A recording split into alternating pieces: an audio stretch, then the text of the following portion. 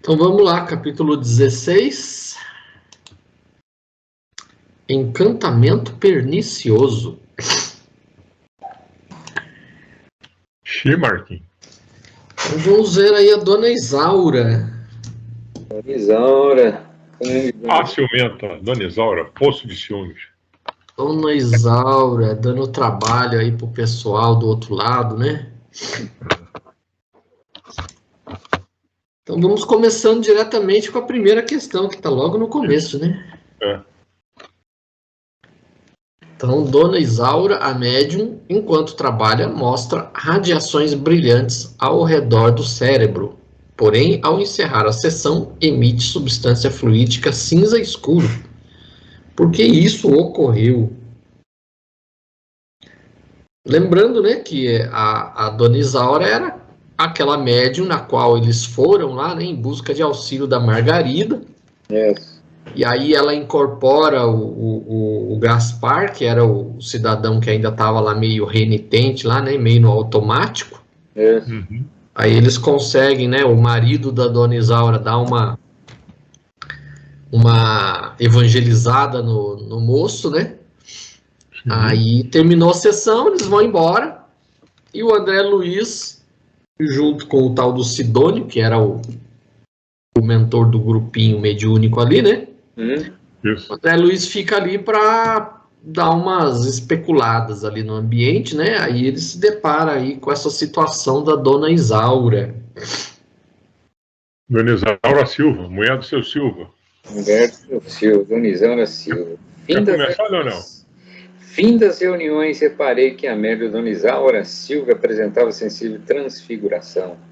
Enquanto perdurava os trabalhos, mostrava radiações brilhantes ao redor do seu cérebro, oferecendo um simpático ambiente pessoal. Entretanto, encerrada que foi a sessão, cercou-se de emissões de substâncias fluídicas cinzentas escuras, qual se houvesse repentinamente apagado em torno dela alguma lâmpada invisível. Impressionado, dirigi-me a Sidônio com natural indagação, ao que ele me respondeu atencioso. A pobrezinha encontra-se debaixo de verdadeira tempestade de fluidos malignos, que lhe vão sendo desfechados por entidades menos esclarecidas, com as quais se sintonizou inadvertidamente pelos fios negros do ciúme. Enquanto se acha sobre a nossa influência direta, mormente nos trabalhos espirituais de ordem coletiva em que age como válvula captadora de forças gerais aos assistentes, desfruta bom ânimo e alegria, porque o médium é sempre uma fonte que dá e recebe, quando em função entre os dois planos. Entre os dois planos. Terminada, contudo, a tarefa, Isaura volta a tristes condições a que se relegou. Isso aí. Na verdade, a 1 e a 2 são interligadas, né? Pergunta 1 e a 2, né? Sim. Qual é a causa? Por que isso ocorreu, né? A causa de Isaura cair o barco. Ele pergunta por que ocorreu e na segunda qual é a causa. Pô. Na verdade é o ciúme dela, né? Que atrapalha tudo, né? É uma energia muito forte. Ele continua aí, né? Não há, porém, algum recurso para socorrê-la? Então, essa é a pergunta 3. Né? Essa seria na 3, né? Isso. O prefeitor explica que não seria educativo interferir. Aí já seria a sequência, já seria a segunda questão, né? O que ele pergunta aí é por que isso ocorreu? Por que a luz brilhante se sucede a essa substância fluídica cinza escura? Porque, na verdade, a radiação brilhante não era dela, né? Ela fica aberta, né, aos obsessores, né, aos espíritos. Ela baixa a guarda, né? Porque ela sente o ciúme atrapalha, né? Então Isso. fica exposta. Ela se enfraquece em função do ciúme, né? E se deixa levar.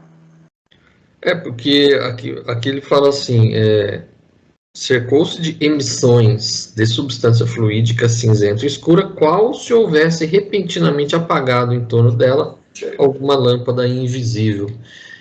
Então, enquanto ela estava ali desempenhando a função dela no trabalho mediúnico, ela estava recebendo a influência, né, do plano espiritual. Então, ela estava, tipo assim, servindo, né, de intermediária e estava recebendo os benefícios também daqueles que estavam ali exercendo o trabalho no outro plano, né.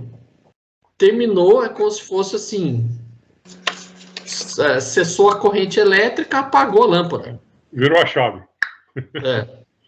Aqui ele até fala em sintonia, né? Sintonizou, com os quais se sintonizou. Então, sim, ela sai de uma situação A para a situação B, né? Inadvertidamente pelos fios negros do ciúme. você vê o estrago que o ciúme causa, né? Ela devia estar doida para terminar ali a parte dela para ela poder ir atrás do marido. Sim. A gente vai ver mais para frente aí que o marido recebia, né, as pessoas na casa e ela ficava com ciúme das mulheres que vinham na casa. Exatamente. Você sabe que aconteceu, né? Um caso desse, né? O negócio foi tão forte que o médium saiu e abriu o centro dele. E separaram. Eles se separaram. Porque ele tratava todo mundo muito bem, era um cara assim, muito comunicativo. Inclusive, às vezes, ele beijava as pessoas mais conhecidas, mesmo os homens, ele dava um beijo no rosto. Ô, fulano, há quanto tempo? Às vezes, senhores. Então, ele tratava todo mundo por igual, só que ela não enxergava assim, ela enxergava que ele estava dando em cima de todas as mulheres que entravam no centro. E aí foram discutindo, brigando, separaram, ela permaneceu, ele saiu, abriu outro centro. E se separaram. Quando foi isso? Que situação foi essa? Eu não entendi no começo. Um centro onde eu frequentava, tinha um casal que eles eram médicos do centro. E ele atendia todo mundo com muita... Era muito comunicativo, entendeu? Sim. E ela tinha um ciúme doentio dele. A ponto de que chegou ao ponto deles separarem, ele saiu do centro, abriu o centro dele e largou ela para lá. Sim. Tristeza. É complicado, né?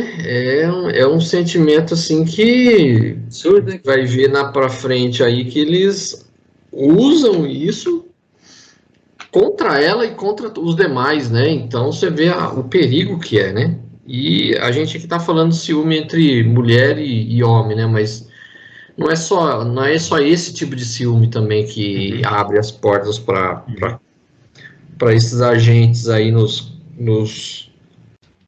cutucar, né?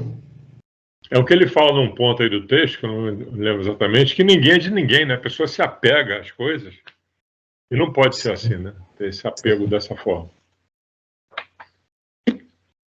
E não fica claro, pelo menos eu não percebi se ela é uma médium que já trabalha há algum tempo ou se ela é mais nova, mas se ela trabalha há algum tempo, nós até comentamos na aula anterior, falta estudo para ela, falta ela ficar mais blindada, porque ela se entrega aos obsessores, né? Sim. Os obsessores fazem dela gato e sapato, pô.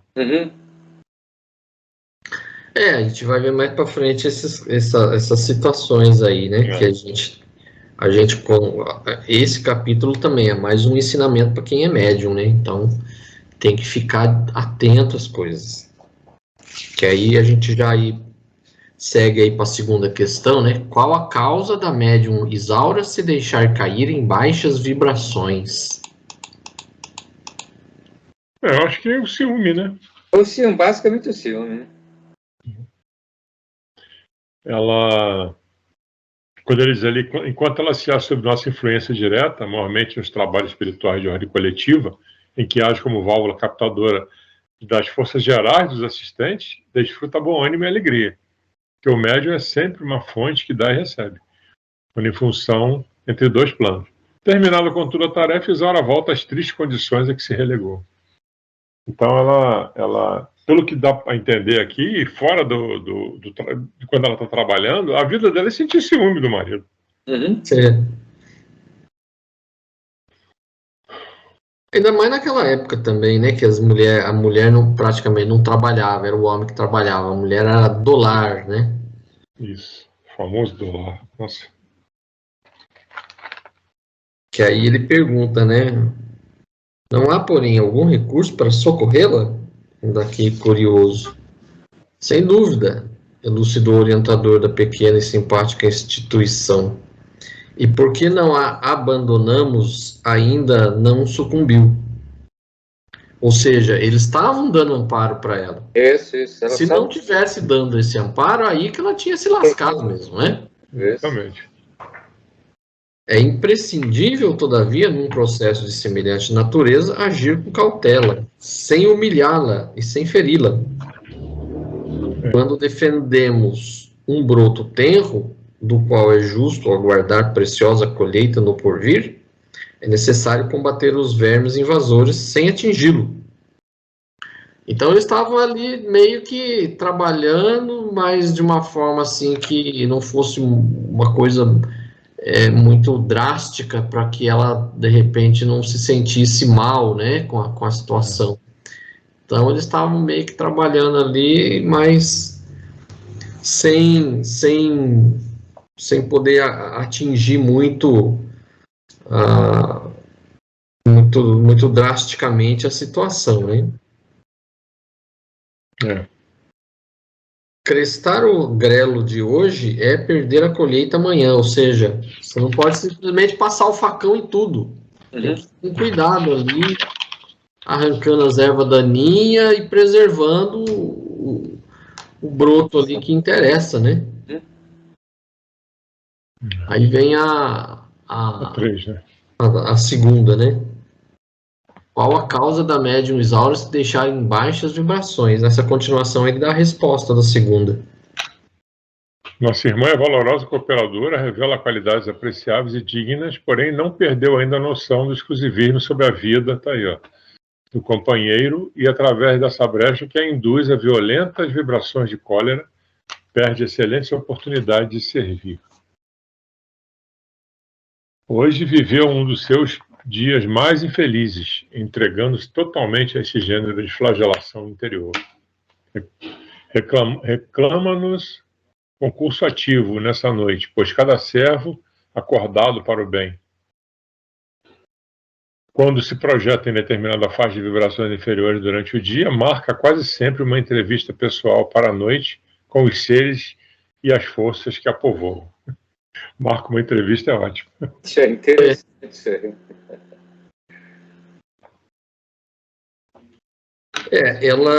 Ela se deixa levar pelo sentimento, né? Como ele coloca aqui, né? Através dessa brecha que a induz a violentas vibrações de cólera. Então, ela acaba, é como se fosse uma defesa que você está fazendo de uma cidade, você mesmo começa a abrir brecha na muralha para o inimigo entrar. Então, o que você espera, né, acontecer? O ciúme provoca muitos sentimentos negativos, nossa senhora. Na verdade, quando a pessoa age dessa forma, ela não é aquela ame que ela gosta, né? Na verdade, ela é posse, né? Que a propriedade é posse. Exatamente. Possessiva, né? Possessiva. Possessividade. Aí que ele fala do exclusivismo, né? Não perdeu a noção do exclusivismo sobre a vida do companheiro. Ela acha que o marido é dela, né? O marido não está com ela, o marido é dela, né? Aí ele coloca que assim, reclama-nos concurso ativo nesta noite, pois cada servo acordado para o bem, quando se projeta em determinada faixa de vibrações inferiores durante o dia, marca quase sempre uma entrevista pessoal para a noite com os seres e as forças que a povoam. Ou seja, A gente, quando é sujeito a esse tipo de influenciação, a gente tem que ser vigilante 24 horas por dia. Porque não adianta só ir lá no centro, faz o trabalho lindamente, aí sai do centro durante o dia no trabalho, fala mal do colega de trabalho, fala mal do chefe, né? Faz coisa errada para prejudicar a empresa, aí depois chega no centro lá, a paz do Senhor, não sei o que, então não adianta nada. Não adianta nada. Livrar-nos das forças do mal que tentam dominar o mundo. Tem que falar vezes, isso aí, falar. Às vezes esse livrai-nos do mal está se referindo a você mesmo. Exatamente. O mal é você mesmo. Exatamente. Logo em seguida aí ele faz uma observação interessante, né? Enquanto a criatura é vulgar e não se destaca por aspirações de ordem superior, as inteligências pervertidas não se preocupam com ela. No entanto, logo que demonstram propósito de sublimação, apuram-se-lhe o tom vibratório, passa a ser notada pelos característicos de elevação e é naturalmente perseguida por quem se refugia na inveja ou na rebelião silenciosa, visto não conformar-se com o progresso alheio. Ou seja, enquanto a pessoa está ligada lá às baixas vibrações e para a maldade não tem significado nenhum, não tem relevância, vamos dizer, né? Mas eu acho que é o caso dela, porque ela tinha um lado lá e um lado cá, né? Então ela tinha um lado sublime, que ela buscava essa sublimação de uma forma ou de outra, com apoio lá dos amigos, etc.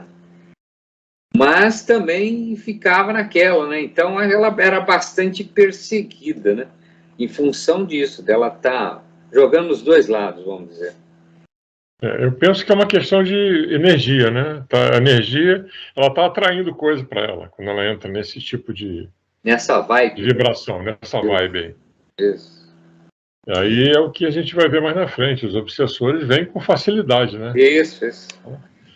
Ela fica tão fissurada em sentir ciúme, os sentimentos que afloram por causa do ciúme são tão fortes que ela não tem tempo de raciocinar outra coisa, né?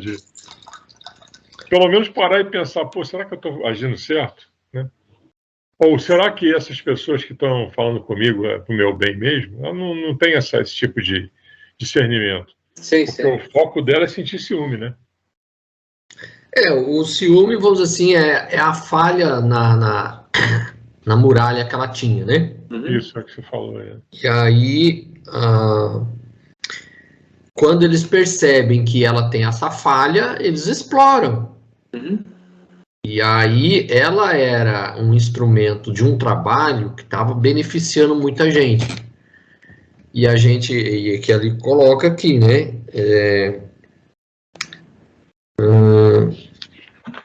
Passa a ser notada pelos característicos de elevação e é naturalmente perseguida por quem se refugia na inveja ou na rebelião silenciosa, visto não conformar-se com o progresso alheio. Então é aquele negócio, tá todo mundo na lama, todo mundo tá na lama. Alguém saia de repente querer sair da lama? Não, vamos puxar de volta a lama, vamos ficar todo mundo aqui. Sim. É o caso dela, né? É o caso dela. Então, ela estava sendo instrumento de um trabalho que estava beneficiando muita gente, e ela demonstra essa fraqueza, aí os caras falam, vamos lá, vamos. É aí que nós vamos. Vamos destruir o trabalho que estão desenvolvendo aí através dessa fraqueza que ela está demonstrando, né? Exatamente. Aí o André Luiz fala, né? Uma chance aqui de eu dar uma estudada nesse caso aqui, né? Então, o pessoal resolve ir embora e ele pede permissão para ficar ali, né? Dando uma estudada na dona Isaura. Aí o Gúbio concorda que ele fique ali. Aí ele regressa, né? No dia seguinte lá para poder ver o caso da mulher, né?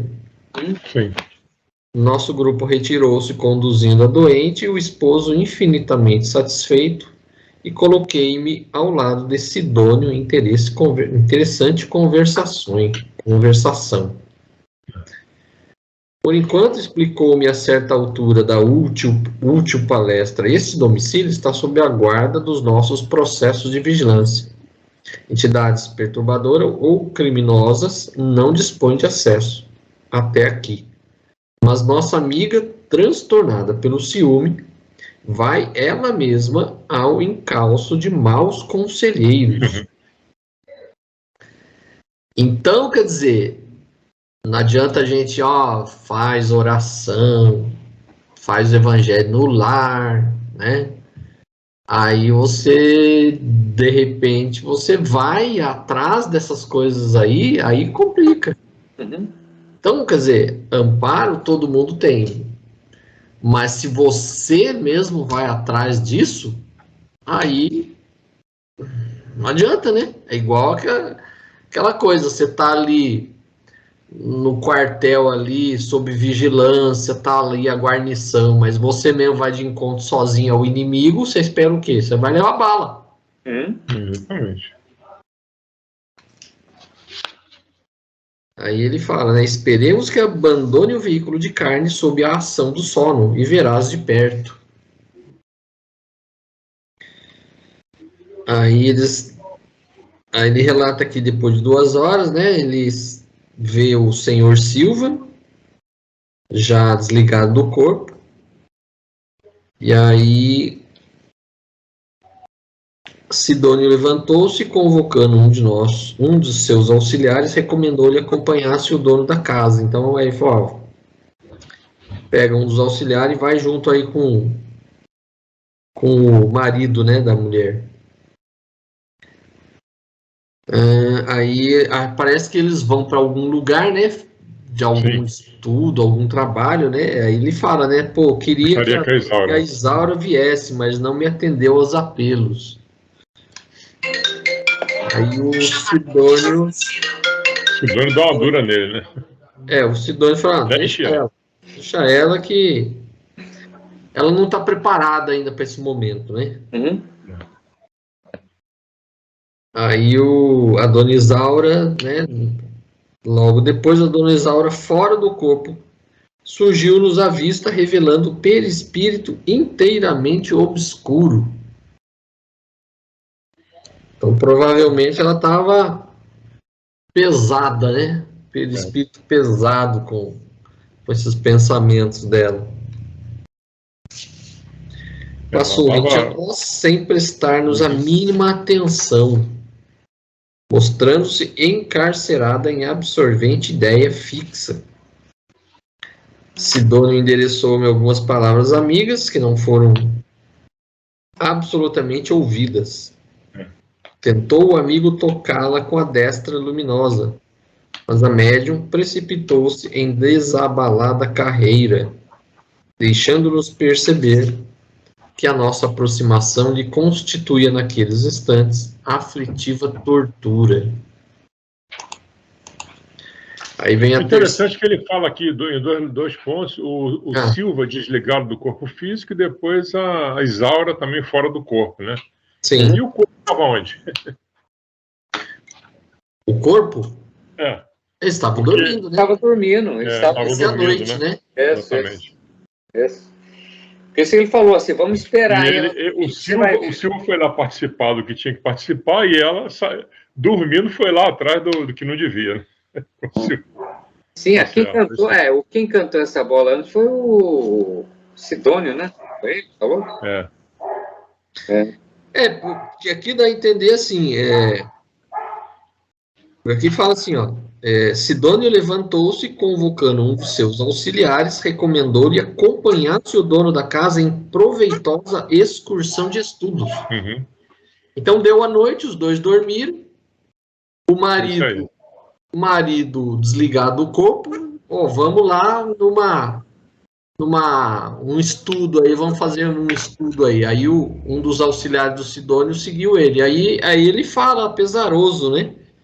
tanto desejava que Isaura viesse, mas não me atendeu aos apelos. Então ele foi para alguma coisa mais, né, vamos dizer assim, elevada, ou alguma coisa realmente queria acrescentar alguma coisa, e a Isaura foi atrás lá dos nossos irmãozinhos menos felizes, vamos dizer assim, né? Ela não se interessou em nenhum estudo, o negócio dela era ciúme do marido. Talvez ele estivesse até se preparando para ajudar a Margarida lá, né? Tá precisando deles. Né? Não dá detalhes, mas ele fala de excursão de estudos, né? Bom, então ela fingiu que não viu, ela fingiu que não viu, ela não viu, né? Ela não viu mesmo. Encontrava-se incapaz de assinalar a presença, isso aí. Porque na condição que ela estava, ela não conseguiria nem perceber, né? Aí vem a terceira, né? O benfeitor explica que não seria educativo intervir para que a médium Isaura os ouvisse e a privaria da livre escolha do seu próprio destino. Comente com o grupo essa importante lição e como podemos aplicar em nossas vidas. O benfeitor explicou-me que poderia constrangê-la a ouvir-nos, obrigando-o a submeter-se sem reservas à nossa influência. No entanto, semelhante atitude do nosso lado implicaria na supressão indébita das possibilidades educativas. Isaura, no fundo, era senhora do próprio destino e, na experiência íntima, dispunha do direito de errar para melhor aprender o mais acertado caminho de defesa da própria felicidade. Ali estava a fim de ajudá-la quanto possível na preparação das forças físicas, mas não para algemá-las a atitudes em que ainda não pudesse concordar espontaneamente, nem mesmo em nome do bem que não reclama escravos em sua ação, e sim servidores livres, contentes e otimistas. Com grande surpresa para mim, o prestimoso guardião continuou explicando que aquela senhora efetivamente detinha extensas possibilidades de serviço aos semelhantes.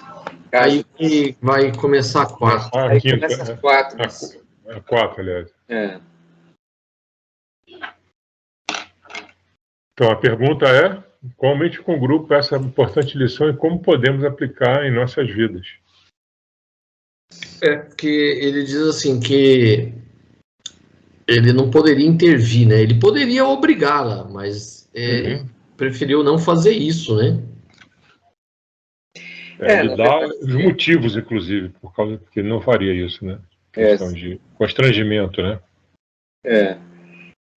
Mas na verdade, é sempre aquela espontaneidade que deve partir sempre de cada um de nós, né? No sentido de, se a gente quer buscar o bem,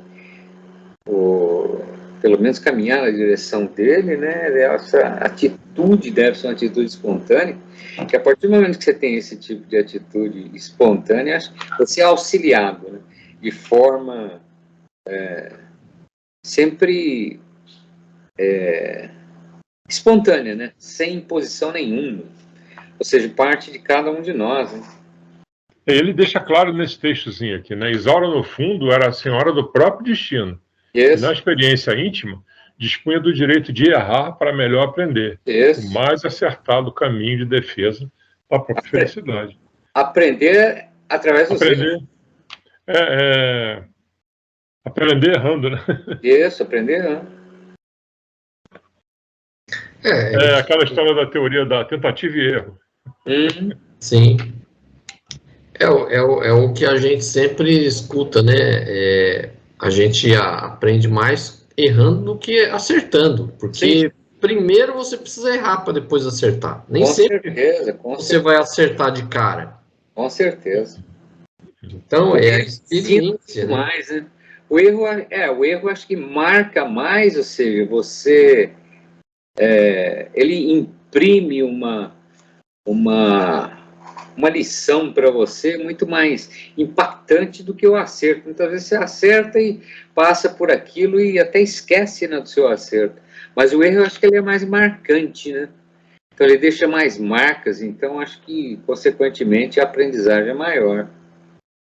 A gente escuta muito durante a vida, né? Aprender com os próprios erros, né? Sim. É isso aí.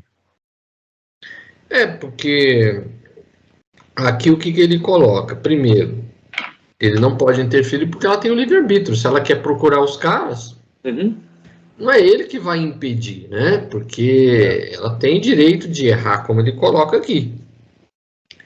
E aí ela vai tomar consciência por si própria, né, do erro, quando ela tiver essa consciência. Enquanto ela não tiver essa consciência, ela não pode ser dirigida o tempo todo. A gente tem que ter essa autonomia. Então, se a gente chegou até hoje, onde nós chegamos, não foi sendo carregado a vida inteira. Né? Desde que quando Deus criou nós somos o produto dos nossos erros. Diversas e diversas encarnações desde o passado. Sim.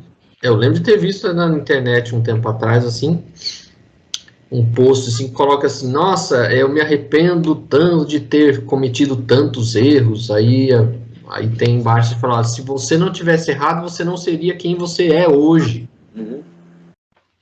Então, se hoje nós somos quem nós somos, é devido a cometemos os erros, né? Erros e acertos. Obviamente, o ideal é que a gente acerte mais do que erre, né? É assim que a humanidade avança. Mas com o erro a gente aprende a ter autonomia, a saber das coisas. Porque se a gente for sempre conduzido, sempre o pai e a mãe conduzir o filho em tudo, a criança vira um eterno bebê que não sabe tomar decisões. Então a gente tem que ter essa autonomia. É errando que a gente consegue, é isso que ele coloca aqui. Ela só vai aprender a se blindar, só vai aprender a se defender caindo nessas ciladas, né? Então ela vai sofrer. E aí, com o sofrimento, é que ela vai aprender. Porque, a maioria das vezes, a gente só aprende sofrendo mesmo, né? Exatamente.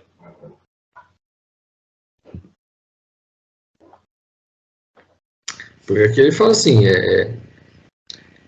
ali estava a fim de ajudá-la, quanto possível, na preservação das forças físicas. Então, ele não estava largando ela de qualquer jeito ali. Estavam ajudando. Estava dando um amparo ali que ele podia fazer, né? Mas não para algemá-la a atitudes com que ainda não pudesse concordar espontaneamente.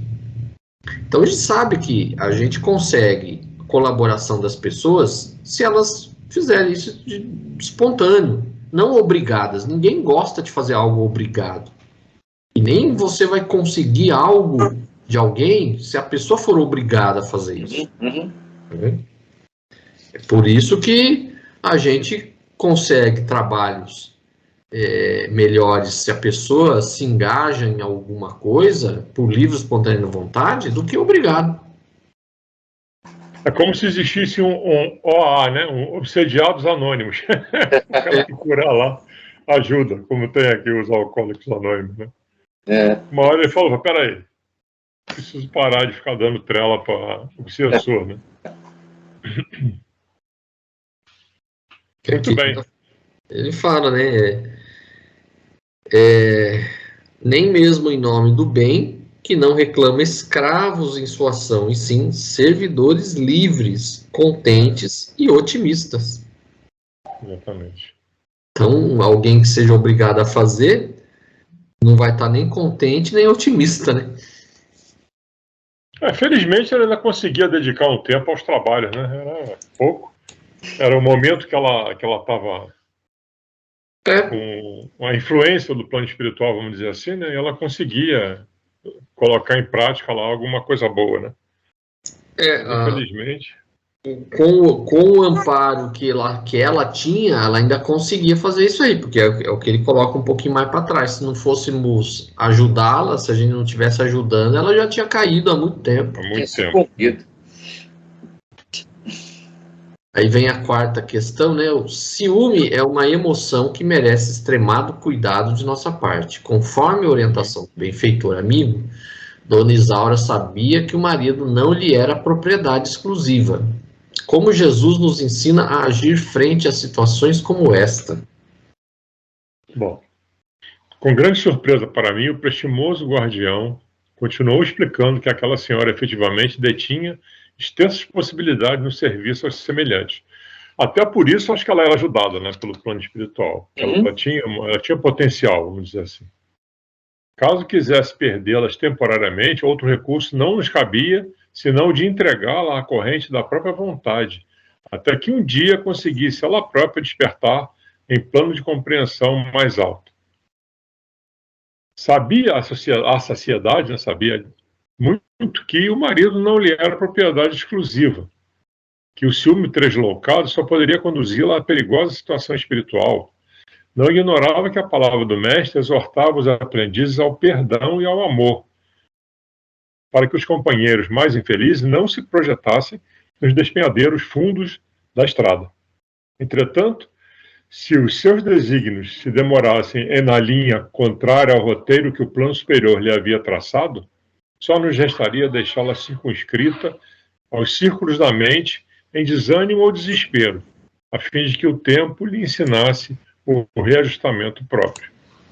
A pergunta daí, o que ele pergunta é o que Cristo ensina, né? É o perdão, né? Yes. Começa a exortar os aprendizes ao perdão e ao amor. Começa a exortar. Você tem um ciúme doentio, você perdoa, larga para lá.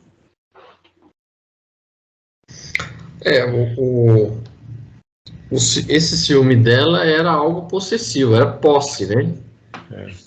E a gente sabe que muitas vezes nós temos esse sentimento de posse com coisas também, né? Além de pessoas. Também. Tem gente que tem ligado em dinheiro, né? Só o dinheiro que resolve. Tem gente aí que passa por cima da família até, né? Por causa de dinheiro, não tá nem aí, né? O pai e a mãe faleceu, é uma briga de faca por causa de herança, então tem essas coisas. Então é a posse, né? A possessividade é o grande problema, né? E no fundo, esse sentimento de posse, o que é? Egoísmo. Tudo para mim, ego, eu, tudo para mim. E é o que Jesus colocou, né? O egoísmo é a principal fonte dos problemas do ser humano, é o egoísmo. Então, quando o ser humano deixar de ser ególatra, egoísta, o mundo vai ser muito melhor, porque as pessoas vão conviver umas com as outras sem esse sentimento de posse, das coisas ser para mim, eu ser o centro das atenções, tudo é para mim, né? Então, muito das guerras vão deixar de existir, porque as pessoas não vão mais querer que o outro se submeta, né? Esse maluco lá da União Soviética, lá, o Putin, o cara, que ele tenta difundir o nacionalismo, né? A União Soviética, a superioridade soviética, né? O suprassumo, né? Tudo para eles. Para ele é uma coisa que existe na Rússia, né? A figura da mãe Rússia, né? Mãe Rússia. Então a Rússia, ela é, vamos dizer assim, a geradora de todos aqueles povos e se sente na obrigação de ser a defensora de todos os povos de origem russa. Então ele intervém em tudo o que ele entende que é... Igual nada mais é do que o quê? Hitler pregava o quê? A superioridade da raça ariana. Não é? Então, os caras próximos ao Putin dizem que ele não concorda, ele nunca aceitou a divisão da União Soviética. Para ele, teria que continuar sendo União Soviética, com todos os países sob o jugo da Rússia lá. Isso. É a mesma linha hitleriana aí, vamos dizer. É porque, aparentemente, todo aquele poderio da União Soviética se perdeu.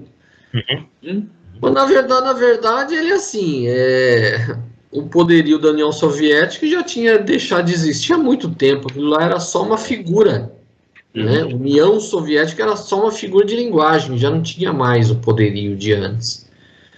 Então, o que aconteceu é o que tinha que acontecer, que iria acontecer mesmo de qualquer jeito. Né? Então, ele tenta recuperar esse poderio. Tem também a imagem da Rússia czarista, né, de poderio.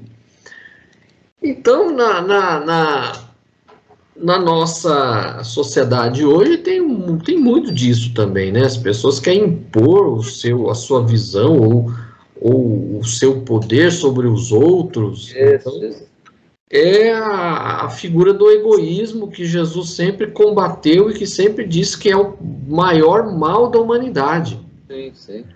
Mas o mais interessante, obviamente, disso, e essa ideia só tem respaldo porque tem alguém que segue. Sim, mas nós estamos vivendo num mundo de provas e expiações. Aqui tem gente de tudo quanto é categoria, né? Sim. Então, esse respaldo, essa ideia só tem sustentação em função de outras pessoas que também vão pela mesma linha, que pensam da mesma forma. Então, ele quase se angaria. Vamos pegar um exemplo recente aí que a gente viu no noticiário. Desembargador que mantinha, acho que 20 anos, uma mulher que tem deficiência auditiva como se fosse uma escrava. É absurdo, né, cara? O cara é desembargador.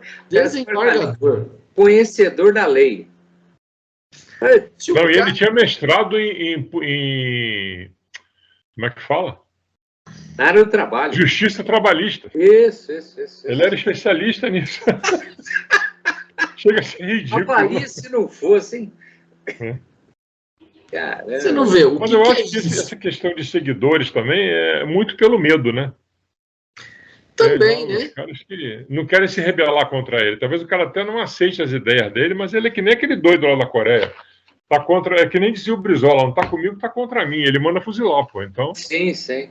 Puta, lá é uma pior, né? É um absurdo aquela tal de Coreia do Norte. Nossa, é um absurdo. O cara é um deus, é um negócio absurdo. Mas, infelizmente tem um monte aí, né? Você não vê os amiguinhos do Lula? Nicarágua, El Salvador, vem todo mundo aí. Meu Deus do céu. Tem pessoas que não têm escrúpulo, né? Tem pessoas de todos os níveis, porque a gente está nesse mundo atrasado ainda de espíritos de terceira ordem. Então, você vê de tudo isso aqui. Isso aqui é uma verdadeira, vamos dizer assim, um verdadeiro campo de batalha moral. Quem sair ileso disso daqui tá de parabéns, porque, olha, é difícil. Você não se deixar levar, muitas vezes, por essas coisas que acontecem. Essa insensibilidade da pessoa. Sim. Eu sou desembargador. O cara tem um cargo que ganha mais de 30 mil por mês. Não tem desculpa para dizer, eu não tinha como pagar para ela. Que absurdo. Então, você vê. E aí a gente vê vários casos, né? De escravos, né? Semi-escravos aí, empresas riquíssimas pagando salários miseráveis ou contratando, subcontratando empresas terceirizadas que mantêm pessoas nessas condições. Aquele egoísmo pelo dinheiro, pelo lucro, extrair o máximo possível de lucro. Sempre o mais.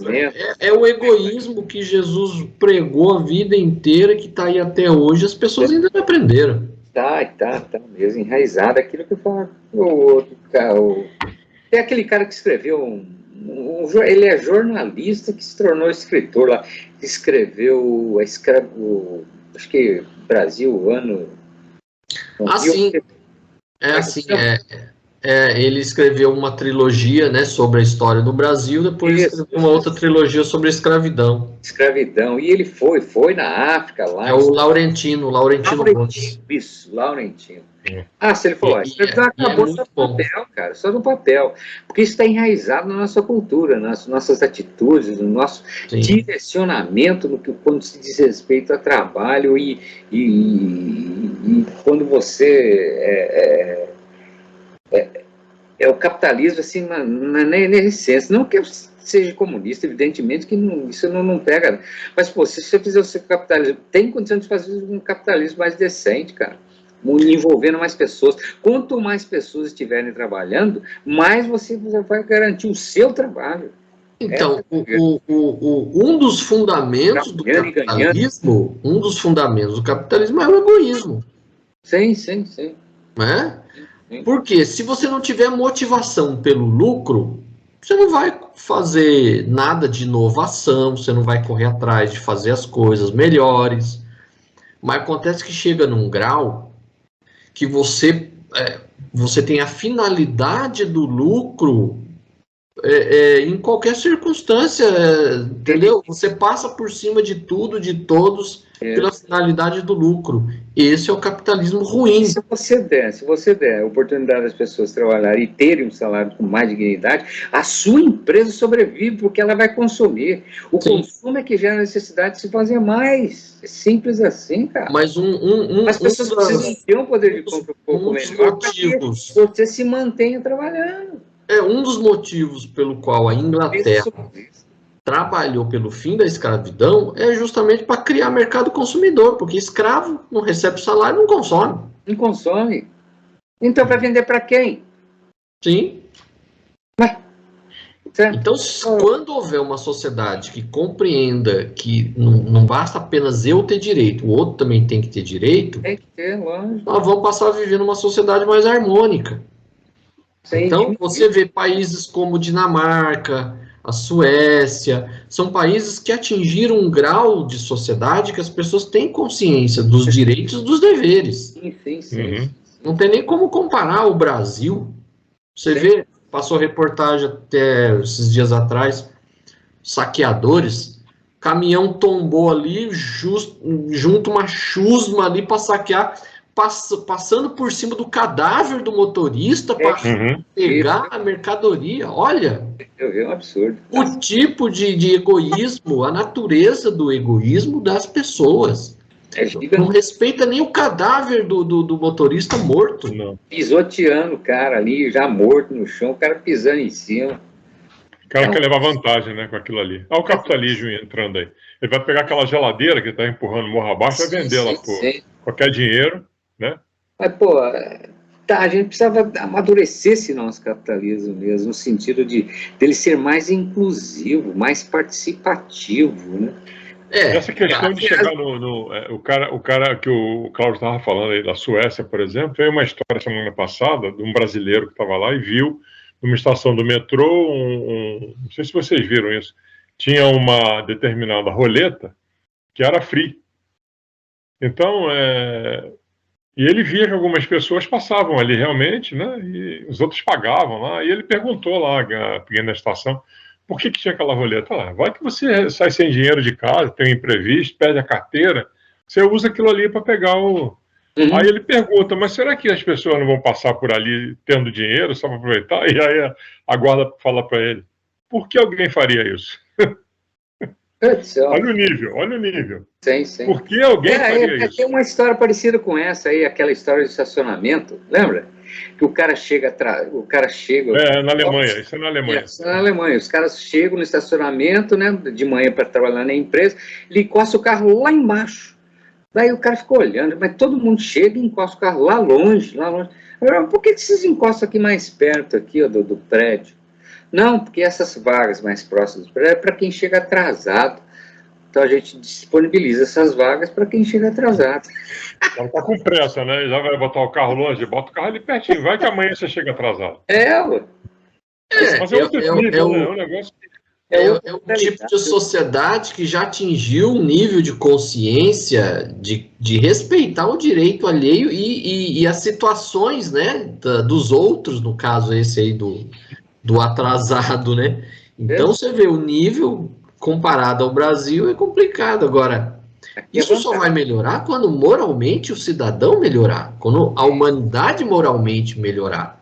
Porque não adianta implantar qualquer sistema econômico ou político, por mais perfeito no papel que seja, não funciona se moralmente as pessoas não forem conscientes. Sim, não adianta. E isso tem que começar no jardim de infância, né? O japonês faz certo. Até porque essa questão aí do metrô e do estacionamento pode ser você amanhã. Sim. É um benefício que pode servir para você amanhã. Sai de casa sem dinheiro, tem aquele lugar para você passar e não vai deixar de trabalhar porque não tinha dinheiro. Saiu de casa atrasado, né? Vai, enfim. Eu lembro de ter visto assim, reportagem de tipo assim, uns quiosques assim de produtos artesanais, que a pessoa deixava todos os produtos, a pessoa chegava, escolhia o que queria levar, punha o dinheiro lá e ia embora. Aqui no Brasil. Então a pessoa relatou assim, tipo assim, as pessoas que saem sem pagar é uma minoria, a maioria pega e paga direitinho, mas tem uma minoria que aproveita a ocasião e leva. Mistura. Mas que mesmo assim ainda dá para ter um lucrinho. Então, assim, o dia que todo mundo chegar e pegar e pagar, vai ser a maravilha. Mas enquanto houver os espertalhões... Eu vi isso que você falou também, numa cidade do interior, que o cara deixava um quiosque lá com frutas e com doces que eles faziam. E era desse jeito, tinha o preço lá, a pessoa escolhia o que ela queria e deixava o dinheiro. E ele disse que a maioria fazia, lógico que tinha alguns que levavam. E eu vi isso também, sabe onde? Em Fátima, lá em Portugal. Tem uma casa de velas, você comprar velas, que não tem ninguém te atendendo. Você chega lá, escolhe a vela, tem o preço, você deixa o dinheiro dentro do cofre lá, a moeda ou a nota e vai embora. Esse nível de consciência aí tá demorando para chegar para nós. vai levar muito tempo. Vai levar, né? Eu até brinquei na época ali, se entra um brasileiro nessa casa aqui, o cara ia levar todas as velas que ele precisa. Eu não ia deixar um tostão. Ia levar todas as velas e vender. Detalhe, não tem câmera, não tem nada, não. É você ia vender chegar na porta da igreja. Olha a vela barata, olha a vela barata. Mas é aquela história, é um local onde vem gente do mundo inteiro, né? Então eles estão se arriscando, mas a filosofia é essa. Cara, é difícil, viu, amigão? Aí vem a quinta questão, né? Comente a frase: educação não vem por imposição, cada espírito deverá a si mesmo a ascensão sublime ou a queda deplorável. Cuidado com o que você planta. Então, logo em seguida, né? A educação não vem por imposição, cada espírito deverá a si mesmo a ascensão, deverá a si mesmo a ascensão sublime ou a queda deplorável. A esse tempo... Plantou, colheu. Não, isso aí já é 6, né? Aí já começa a 6. Aqui, logo a frase é essa aí, que tem que ser... Assim, foi só essa frasezinha aí. Não, mas é o que ele coloca aqui: educação não vem por imposição. Então não adianta você chegar e impor uma conduta para a pessoa se ela não é adepta daquela conduta. Não adianta. Cada espírito deverá a si mesmo a ascensão sublime ou queda deplorável. Então você que escolhe o seu caminho. Você quer ir para um buraco? Vai. Você quer ir para um lugar melhor? Vai. A escolha é sua. É você que vai escolher. Não é o Deus que vai impor para você as escolhas. É você que está fazendo a sua escolha desde que você foi criado. Famosíssimo livre-arbítrio, né? Famosíssimo livre-arbítrio. Faça o que você quiser e colha os frutos que você tiver que colher. É porque, assim, é muito fácil pensar assim, eu, dependendo do que eu fizer, eu vou pedir a Deus uma graça e ele me leva para o céu. Isso é muito cômodo, né? Por isso que o espiritismo não tem muito adeptos. É preferível eu ir numa igreja que Deus me salva. Eu mesmo vou fazendo um monte de besteira.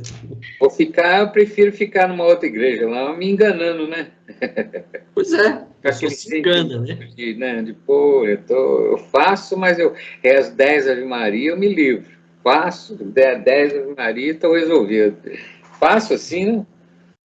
Eu até estava comentando numa aula que eu fiz lá no Seara Espírita, lá no Urbanova, a questão do bode expiatório, né? Porque o bode expiatório surgiu entre os judeus na época que eles estavam lá no deserto, lá acampado, antes de entrar na Terra Prometida.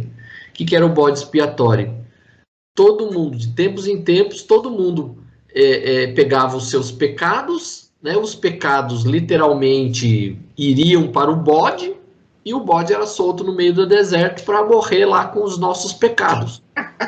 Que maravilha. Pô. Ficava todo mundo livre. É daí que surgiu a expressão bode expiatório. Bode expiatório. Então, o bode expiava todos os nossos pecados. E aí ficava todo mundo com a ficha limpa. Hoje, a mesma coisa. A pessoa faz um monte de besteira, vai na igreja, se confessa com o padre dá lá a absolvição, pronto, tô com ficha limpa. Só não tem mais o bode. Mas o procedimento é o mesmo. Então pode uma coisa dessa? Terrível, né? Você vê que então o cara fala, fica para a próxima, né? A gente brincava muito lá na escola de aprendiz. A gente vê que não, fica para a próxima. As condutas nossas continuam as mesmas há milhares de anos. A gente ainda não aprendeu. Então é por isso que o espiritismo não tem muito adepto, né? Porque essa história de eu ter que responder por tudo que eu fiz de besteira, eu não gosto não. Prefiro na outra igreja que diz que eu vou ser salvo pela graça divina. Lá ele vai dizer o que eu quero ouvir. O kardecista fala um negócio que eu não quero ouvir. Não é isso aí, não. Você está errado. Mas é interessante, eu não sei como é que está esse percentual aí, que você vê muita gente que busca o centro kardecista e acaba saindo da religião original. Na turma que nós fizemos mesmo, a Vilma era como é que se fala? Ela era adventista, eu acho, se eu não me engano. Vilminha? Japonesinha? A Vilminha, e hoje em dia ela passa mensagens, né? De vez em quando ela está lá nas vibrações. Isso. Ela, de vez em quando, ela... O marido dela, como é que se diz? Crucificou ela, falou, você não é mais bem-vinda. Você agora passou para o lado negro da força. Você deixou de ser evangélica, isso aí eu queria lembrar. Ela era evangélica. Mas que descomungou ela, né? Descomungou, exatamente. Você agora está do lado negro da força. Não está mais comigo.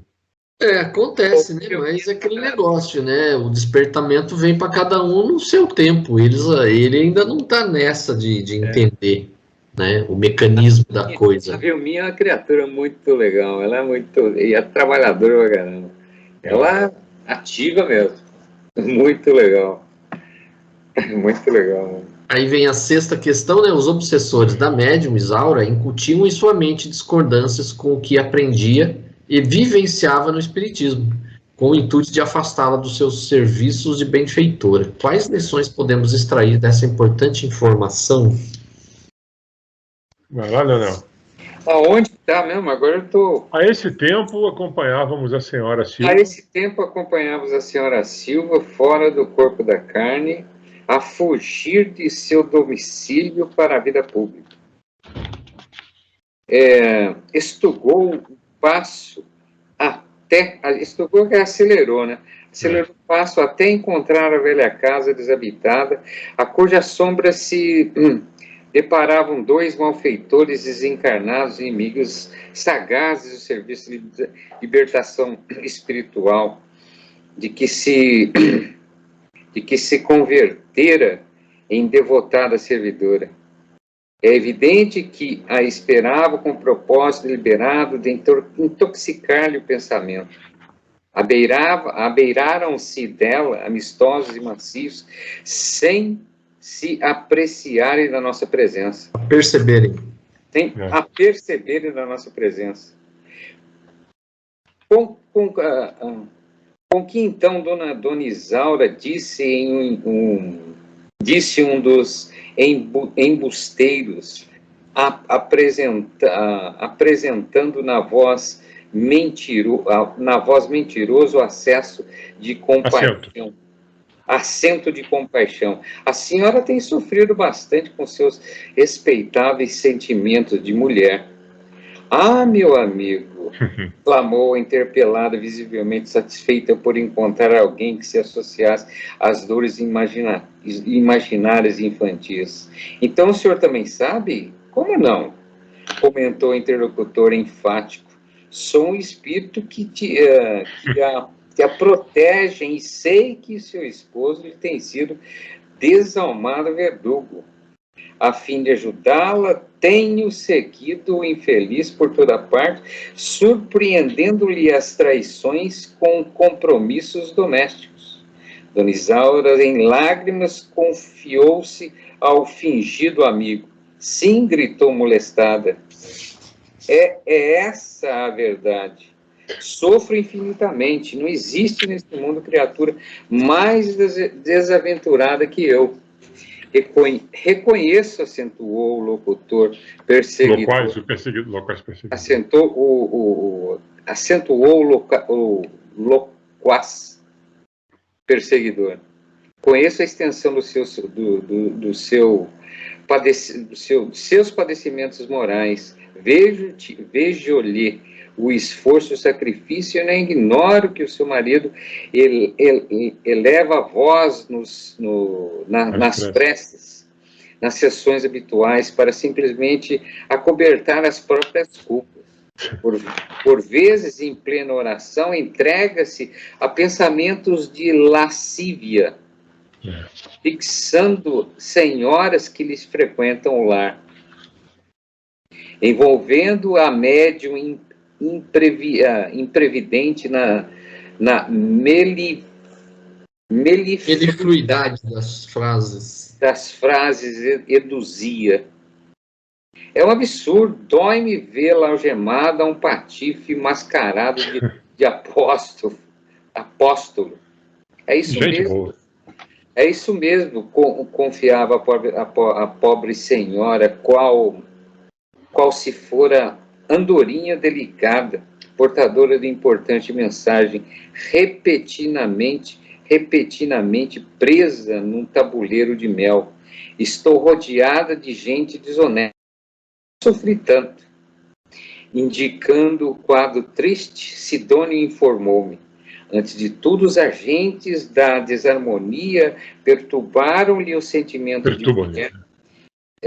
Perturbam-lhe os sentimentos de mulher para em seguida lhe aniquilarem a possibilidade de misericórdia. Missionária.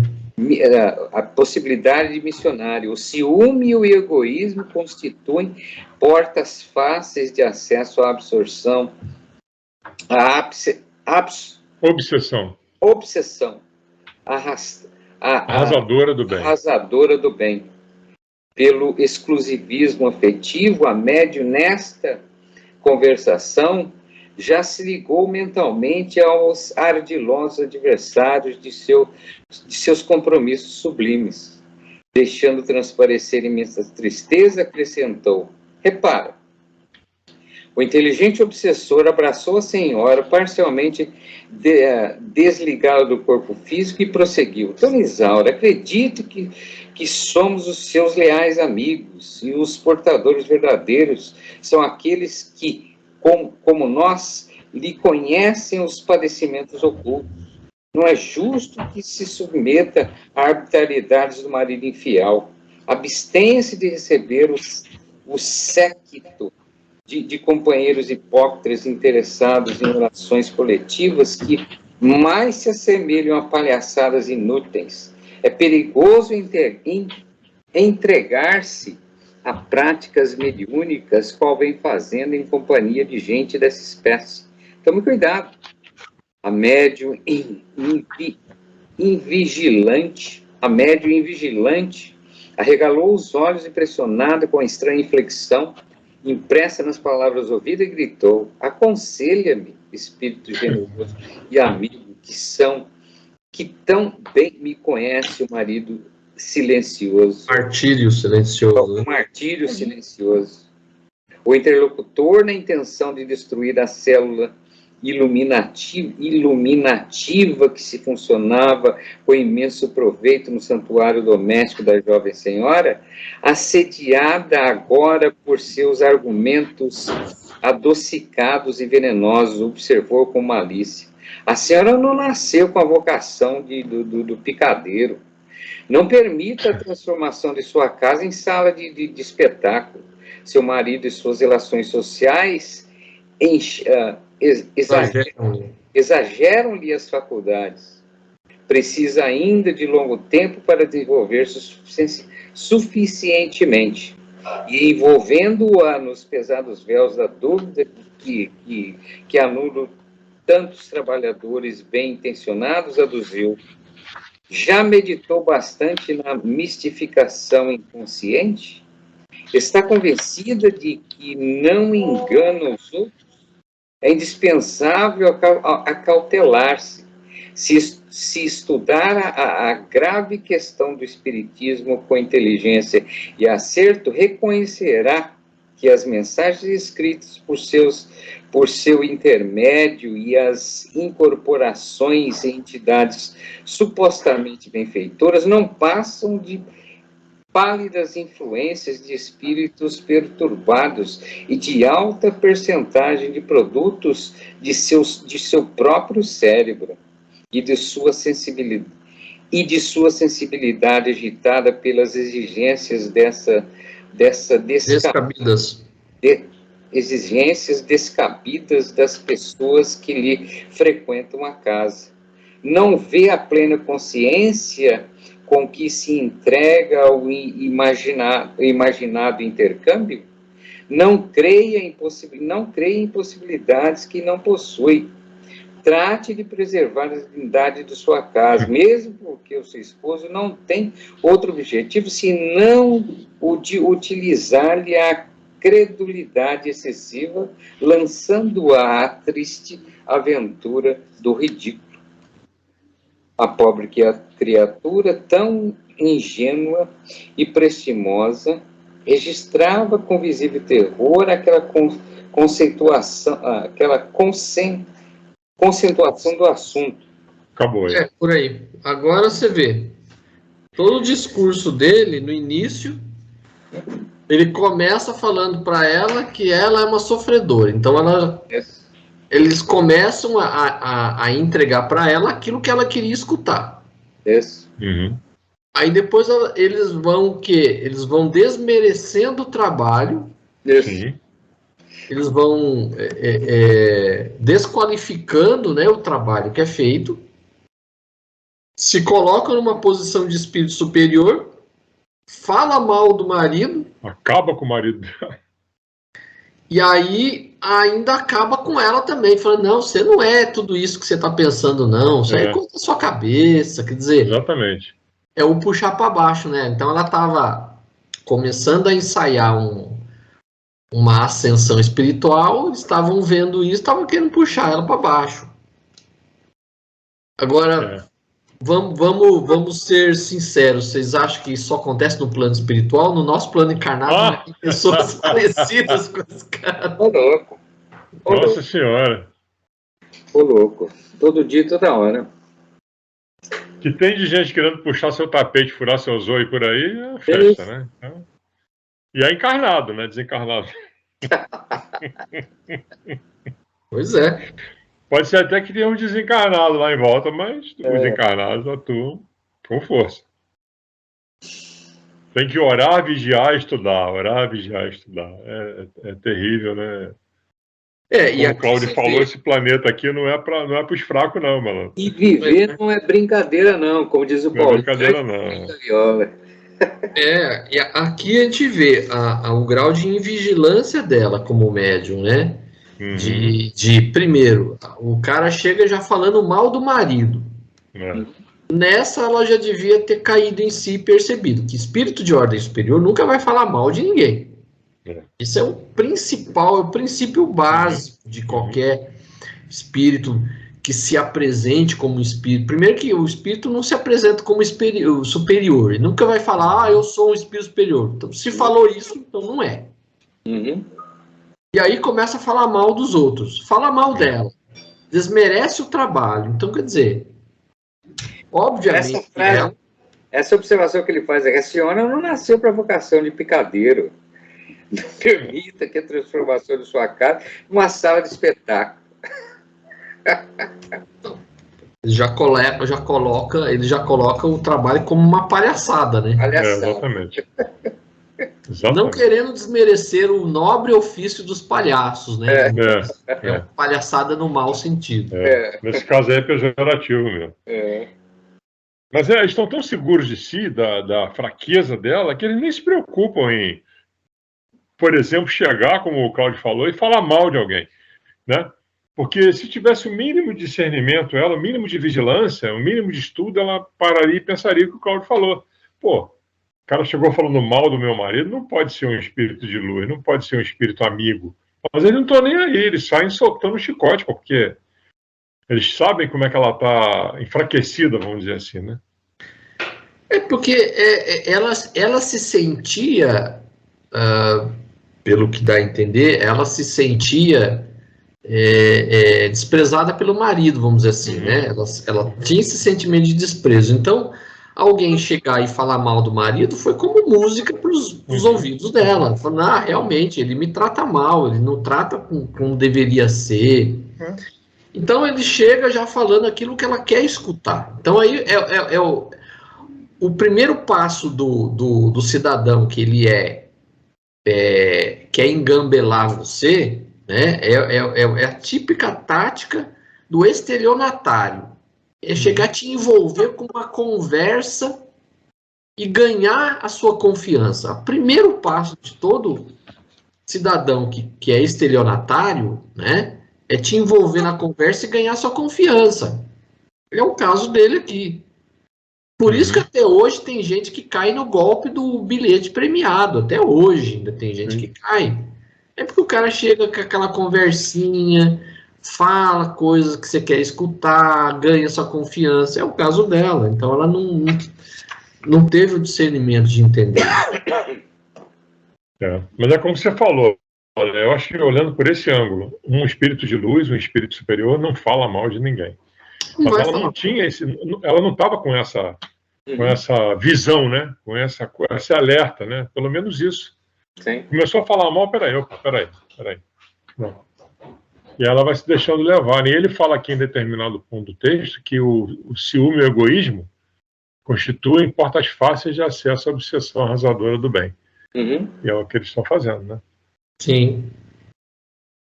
Por isso que é uma importante lição para quem é médium hoje, né? Tentar filtrar aquilo que recebe de informação e ver se tem coerência, ver se aquilo realmente provém de uma fonte minimamente elevada, né? Alguém sério, né? Uma pessoa que quer desenvolver um trabalho sério não vai chegar fofocando, falando mal da vida alheia. Então é óbvio que o cara não é boa coisa, né? Então, ele complementa. Pelo exclusivismo afetivo, a médium nessa conversação já se ligou mentalmente aos ardilosos adversários de seus compromissos sublimes. Sim. Ela está conectada, na verdade. Né? Então, como se estivesse hipnotizada, né? É o mesmo nível de pensamento, né? Então acaba se conectando ali. E de novo aí vem a história do encarnado, né? Não, você vem aqui que eu preciso falar com você. Olha, é o seguinte. Tinha um desenho animado que tinha um personagem que fazia isso. Ele chegava todo engabelado. Acho que era um lobo. Chegava para falar com um outro bicho lá e ele tinha um discurso bonito, pô. Ele ficava lá envolvendo lá o outro personagem. Não me lembro do desenho animado, cara, mas já tinha no desenho animado uma cena da vida real, né? Hoje em dia você para e pensa, pô, aquele cara lá, você achava engraçado, né, aquilo ali, porque era um desenho animado, mas já tinha um recado ali. Sim. Aí vem a sétima questão, né? Quando André pergunta a Sidônio se não seria razoável defendê-la, o que o instrutor responde? Bom, espantado com a passividade de Sidônio ante aquele assalto, enderecei-lhe a palavra, respeitoso, porém menos tranquilo. Não seria razoável defendê-la? Ele sorriu compreensivamente e elucidou. Todavia, que fizemos há poucas horas no culto da prece e do socorro fraternal, se não prepará-la à própria defensiva? Trabalhou mediunicamente conosco, ouviu formosa e comovedora preleção evangélica contra os perigos do egoísmo enfermiço, colaborou, decidida para que o bem se concretizasse, e ela própria emprestou-nos os lábios a fim de ensinarmos princípios de salvação em nome de Cristo, a quem deveria confiar-se. Entretanto, apenas porque o esposo se dispõe à justa gentileza com as damas que lhe buscaram a companhia esclarecedora e fraterna, obscureceu o pensamento no ciúme destruidor e perdeu o equilíbrio íntimo, entregando-se inerme a entidades que lhe exploram o sentimentalismo. Fez significativo gesto, apontando os malfeitores desencarnados, e explicou: esses companheiros retardados procedem com os médios à maneira de ladrões que, depois de saquearem uma casa, acordam o dono, hipnotizam-no e obrigam-no a tomar-lhes o lugar, compelindo-o a sentir-se na condição de mentiroso e mistificador.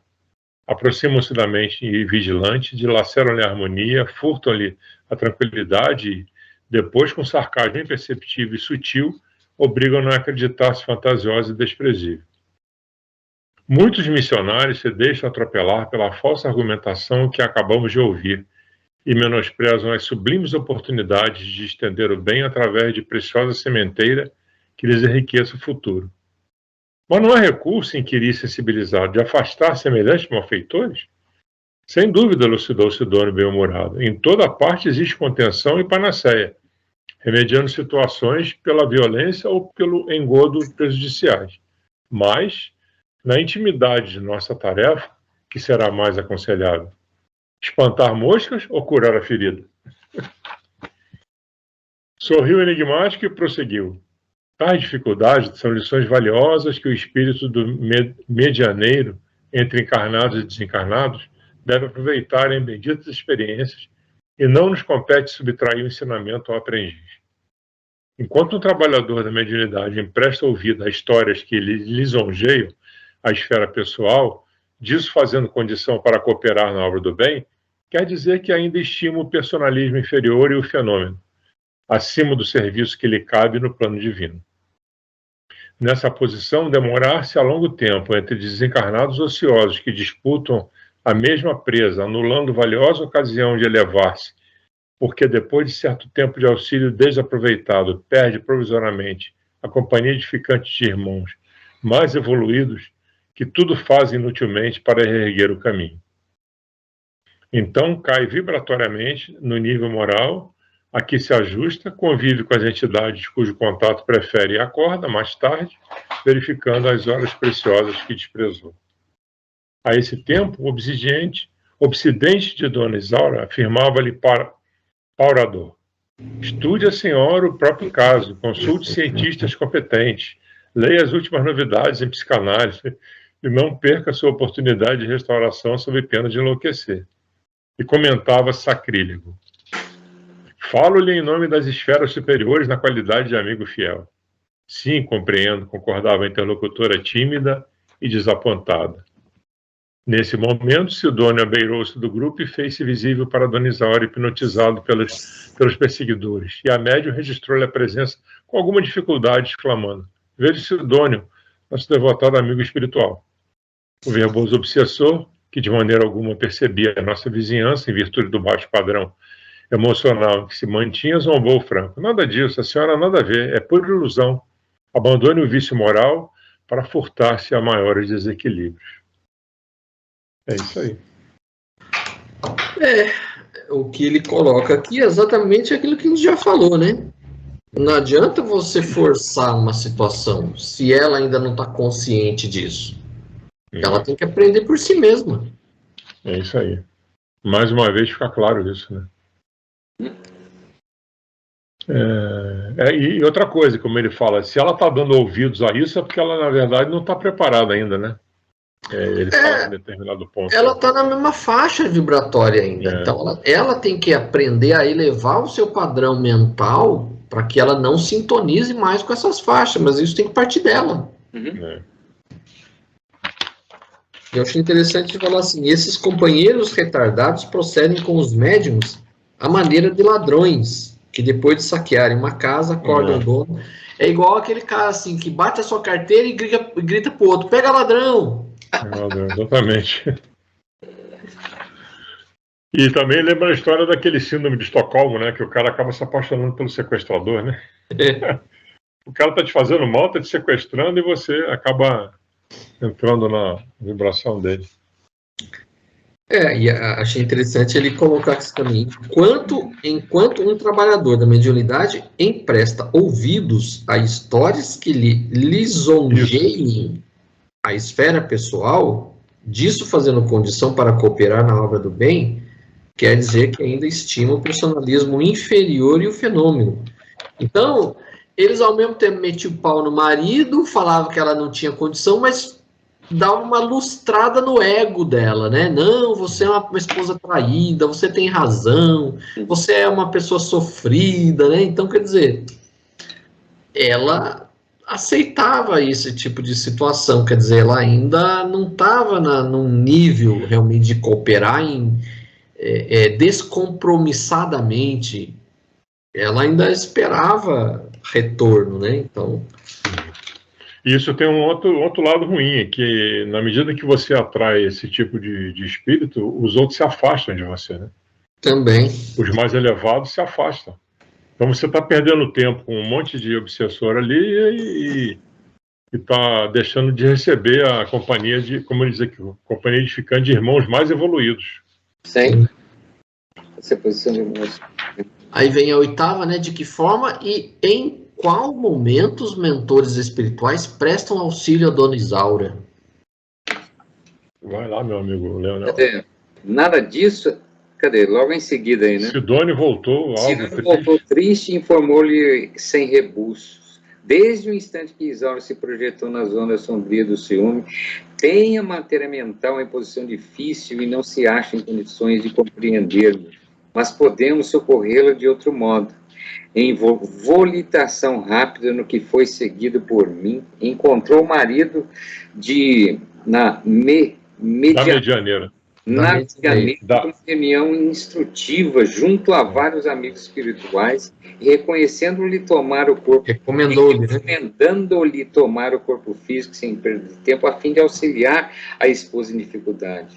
O irmão Silva não hesitou, em breve regressa à câmara conjugal, repousando-se do veículo denso. O corpo da senhora ao lado dele arfava em reiteradas contorções, acorrentado a indivisível pesadelo. Indizível pesadelo. Dócil à influenciação de Sidônio, procurou despertá-la, sacudindo-lhe o busto delicadamente. Isaura, em copioso pranto, retornou ao campo carnal em detença, abrindo os olhos, assustadíssimo. Como sou infeliz, bradou angustiada. Estou sozinha. Sidônio, quase incorporado ao marido, complacente e bondoso, leva-o a falar construtivamente. Lembra-te, querido, da nossa fé e de que quanto temos recebido de nossos amados benfeitores espirituais? Nada disso, retrucou irritada. Como assim? Tornou ele, né? Tornou ele paciente. Não temos sido tão amparados pela tua própria mediunidade? Nunca. Protestou a pobre senhora. Tudo é uma farsa. As mensagens que recebo são pura atividade da minha imaginação. Tudo é expressão de mim mesmo. mas houve Isaura. Aduziu o esposo sorrindo. Jamais fosse mentirosa, já sei. Caísse nas malhas dos nossos infelizes irmãos, que lhe conduzem ao purgatório do ciúme terrível, mas Jesus nos auxiliará no oportuno reajustamento. Nesse momento, Sidônio voltou-se para mim e lembrou: penso, André, que já assististe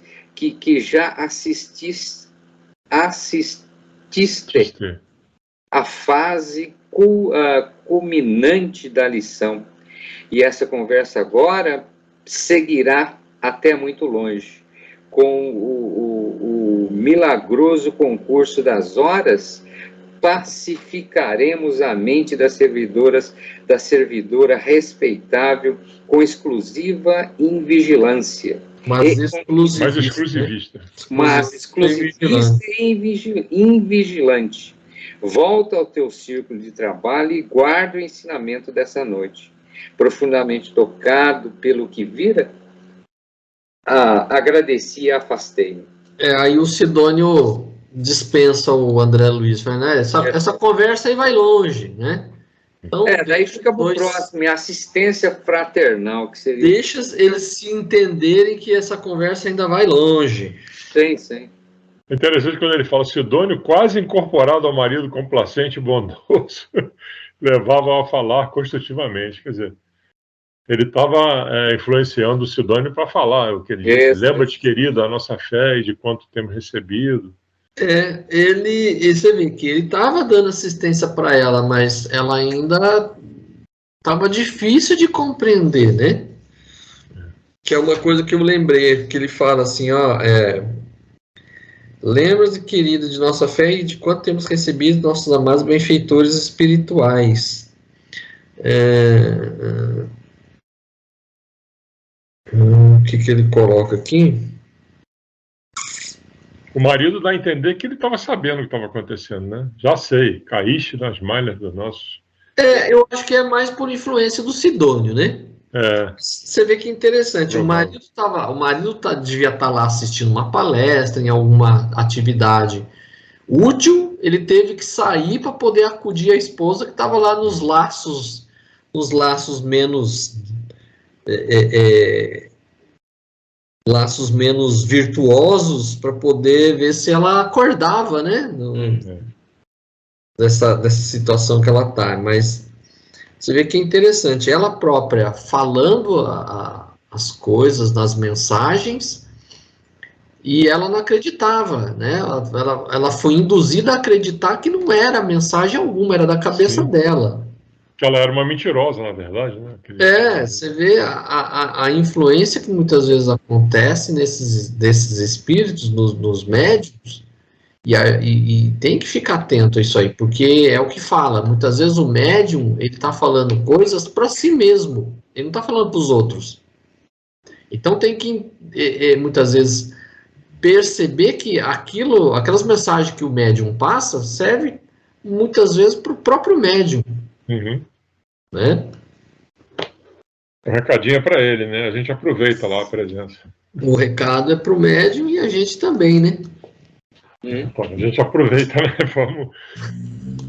Sempre tentamos aproveitar, na verdade. Né? Tentamos. Estamos 2000 anos tentando, né? 2000 anos tentando, no mínimo. É isso aí. Ai, meu pai.